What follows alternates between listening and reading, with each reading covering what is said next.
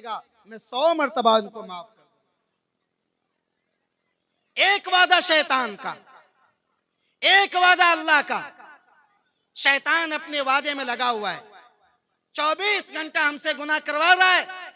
اب ہمیں یہ سوچنا ہے کہ میرا اللہ نے جو مجھے بچانے کے لیے ان کے سامنے جو اعلان کیا ہے توبہ کرنے کا اور استغفار کرنے کا، کیا ہماری زندگی میں توبہ ہے، استغفار ہے؟ میرے بھائیوں نہیں ہے۔ ہم اللہ کے سامنے روتے نہیں ہیں، ہم اللہ کے سامنے توبہ نہیں کرتے، ہم اللہ کے سامنے استغفار نہیں کرتے۔ بات توبے کی آ گئی ہے تو ایک اور حقیقت سمجھ لیں۔ توبے کا مطلب اللہ سے گناہ معاف کر کے اللہ کی طرف رجوع کر لینا، آئندہ ایسے کام نہ کرنے کا پختہ عزم کر لینا۔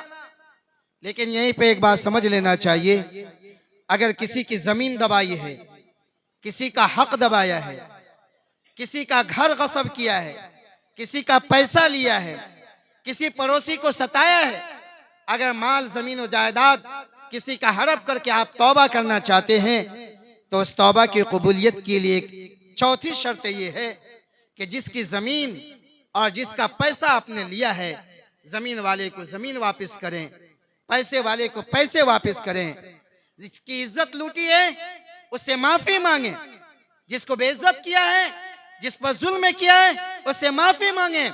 یہ بندے کا حق ہے۔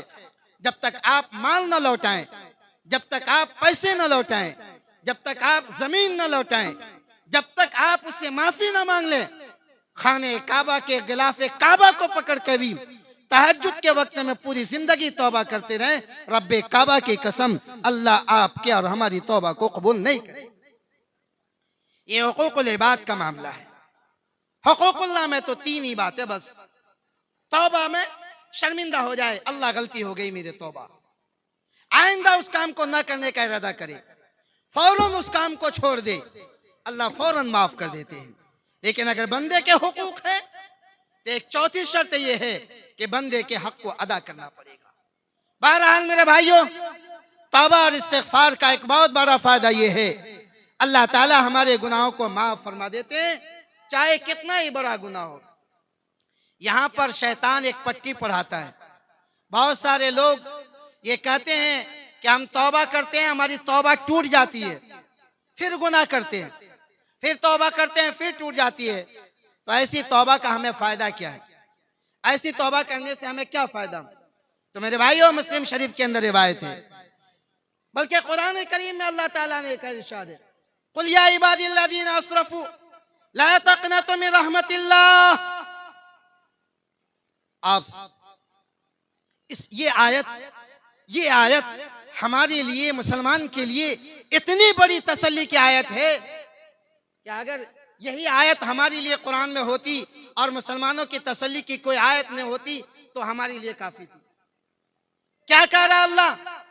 اے وہ لوگ جنہوں نے گناہ کر کر کے اپنے اوپر ظلم کر لیا، شراب کا عادی، نشے کا عادی، جوئے کا عادی، حرام خوری میں لگا ہوا، دنیا بھر کے تمام گناہوں کو کر کے اپنے اوپر ظلم کر لیا ہے، جو یہ سوچتا ہے کہ شاید میرے اللہ توبہ قبول نہیں کریں گے، اللہ ایسے گنہگاروں سے پیار کے ساتھ خطاب فرماتے ہیں، اے میرے پیارے بندو، اے میرے پیارے بندو، تم مایوس مت ہو، تم میری رحمت وسیع سے مایوس مت ہو، لا تقنطوا من رحمت اللہ، ان اللہ یغفر الذنوب جمیعا۔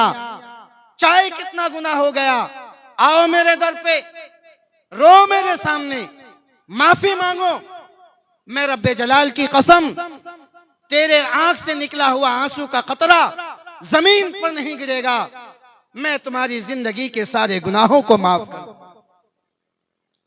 اس لیے مایوس نہیں ہونا ہے، توبہ کرنا ہے، اللہ کی طرف رجوع کرنا ہے، ہر حال میں توبہ استغفار کرنا ہے انشاءاللہ العزیز۔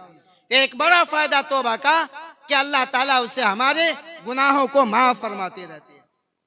ایک دوسرا فائدہ بیان کر کے اپنی بات ختم کروں۔ ایک دوسرا فائدہ یہ ہے کہ دنیا اور آخرت کے مشکلات اور پریشانیوں کا حل استغفار میں ہے۔ دنیا اور آخرت کے مشکلات اور پریشانیوں کا حل استغفار میں ہے۔ جس بندے کو استغفار کرنے کی اور توبہ کرنے کی اللہ کی طرف سے عادت مل جائے، سعادت مل جائے، سمجھ لیجئے کہ اس کو دنیا اور آخرت کے مشکلات کے حل کرنے کا نسخہ مل گیا۔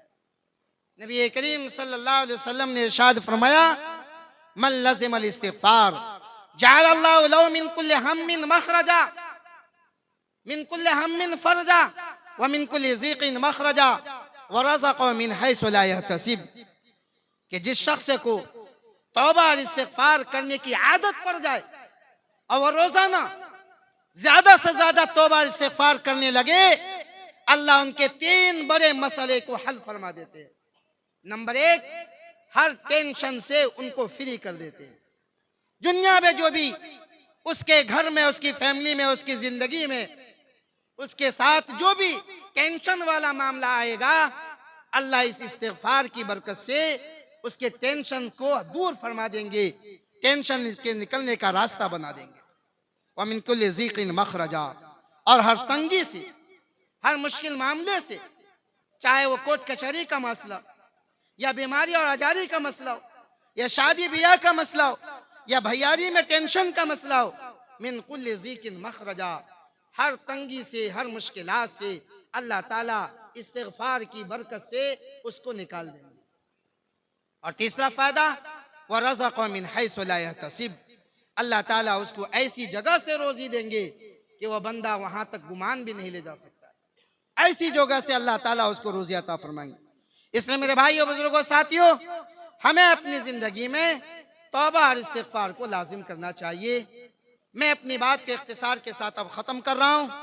میں نے یہ بات کہی ابھی یہ مختصر سی گفتگو میں کہ پوری دنیا میں بالعموم اور ملک ہندوستان میں بالخصوص مسلمانوں کے ساتھ جو حالات ہیں، ایک ملی اور مذہبی طور پر، عمومی طور پر سارے مسلمانوں کے ساتھ جو مشکل حالات ہیں، ہم تنگی میں، پریشانی میں، مشکلات میں، دباؤ میں جو ہندوستان میں زندگی گزار رہے ہیں، اور ہمارے خلاف نہ جانے کیسی کیسی پلاننگ ہو رہی ہے، قرآن و حدیث یہ کہہ رہا ہے کہ اس کے اصل ذمہ دار ہم ہیں، اس کے اصل مجرم ہم ہیں۔ ہماری بدعمالی کی وجہ سے یہ سب کچھ ہو رہا ہے، اور اللہ کا مقصد یہ ہے تاکہ میرا یہ بندہ جو مجھے ناراض کر کے دور ہو گیا ہے وہ مجھ سے قریب ہو جائے، یہ مقصد ہے۔ اس لیے آگے اللہ نے فرمایا لِيُذِيقَهُمْ بَعْضَ الَّذِي عَمِلُوا، کہ مسلمانوں کی بدعمالی کی وجہ سے اللہ ظالم کو مسلط کر کے ان کو کچھ مزہ چکھاتے ہیں، ان کو کچھ ڈپریشن میں ڈالتے ہیں، ان کو کچھ مشکلات میں ڈالتے ہیں۔ کیوں؟ لَعَلَّهُمْ يَرْجِعُونَ، تاکہ لوٹ آئے، نمازی بے نمازی نماز کی طرف لوٹ آئے، روزہ چھوڑنے والا روزے کا عادی بن جائے، بے پردہ رہنے والی پردہ کرنے والی بن جائے، حرام کھانے والا حلال کھانے کا عادی بن جائے، قرآن چھوڑنے والا قرآن پڑھنے والا بن جائے، ظلم کرنے والا انصاف کرنے والا بن جائے، لوگوں کو ستانے والا ہمدردی کرنے والا بن جائے، لوگوں کے خلاف پلاننگ بنانے والا خیر خواہی کا جذبہ رکھنے والا بن جائے، اپنی زبان کو غلط استعمال کر کے لوگوں کے دلوں کو زخمی کرنے والا، لوگوں کو خوش کرنے والا بن جائے۔ میرے بھائیوں، یہی اللہ کا مقصد ہے۔